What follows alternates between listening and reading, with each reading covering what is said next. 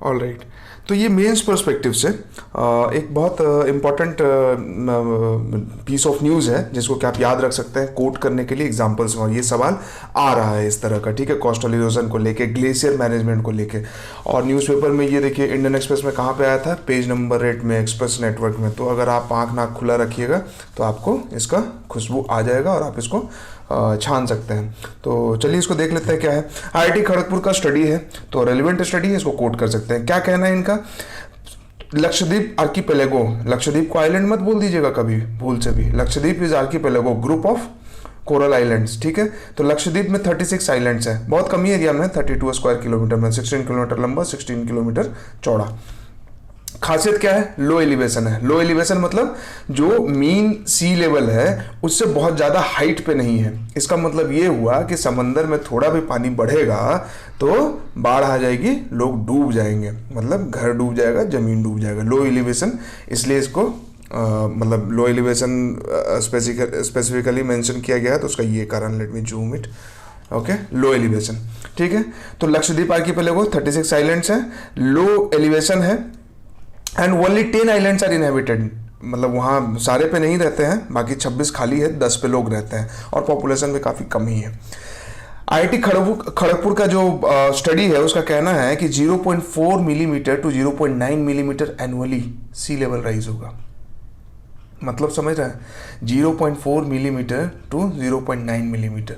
0.9 millimetre को अगर आप समझे तो लगभग 1 सेंटीमीटर, और सेंटीमीटर को आप मीटर में कन्वर्ट कर लो, और मीटर में कन्वर्ट करने के बाद लगभग अलग अलग आइलैंड्स का अलग अलग यहाँ पे सी लेवल से हाइट दिया गया है, किसी का 1 मीटर है, किसी का 4 मीटर है। तो आप कैलकुलेट कर लो कि कितने साल में जो है पूरा डूब के ख़त्म हो जाएगा अगर यही रेट रहा तो। This is impact of climate change, ठीक है। क्लाइमेट चेंज का कहीं सवाल आए तो डोनाल्ड ट्रंप नहीं बनना है, कहना है कि क्लाइमेट चेंज हो रहा है, उसका एग्जाम्पल ये है। ये हो गया हमारे इंडिया का एग्जाम्पल, और इंटरनेशनल एग्जाम्पल जब आएगा तो उसको भी हम लोग डिस्कस कर लेंगे, ठीक है। बाकी वो एनवायरनमेंट वाले PT 365 में तो बहुत सारा एग्जाम्पल था। All islands will be affected by the sea level rise, कोई भी आइलैंड बचेगा नहीं, सारे अफेक्टेड होंगे, ठीक है। Impact of sea level taking place even now, अभी भी चल रहा है, ऐसा नहीं है कि अभी नहीं हो रहा है, ठीक है। तो ये था पूरा इसका लब्बो लुआव। अब करना क्या है, इसका सॉल्यूशन भी इसमें दिया गया है कि कोस्टल प्रोटेक्शन मेजर्स क्या होने चाहिए।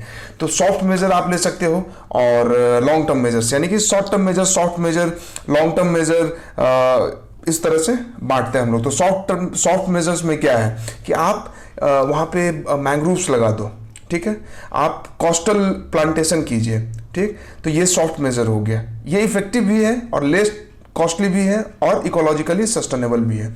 इसके अलावा इंजीनियरिंग सॉल्यूशन है। इंजीनियरिंग सॉल्यूशन में क्या कि सी वॉल्स बना दो भाई, जेड शीट टेक्नोलॉजी का इस्तेमाल कीजिए, सी वॉल्स बना दीजिए, ग्रोएंस रखिए वहाँ पे, ठीक है, आर्टिफिशियल बीचेस बना दीजिए। तो ये इंजीनियरिंग सॉल्यूशन है। ये क्या है, एक तो कि कॉस्टली होता है, दूसरा क्या है, माल बहुत खर्चा होगा इसमें, ठीक है। तो ये है।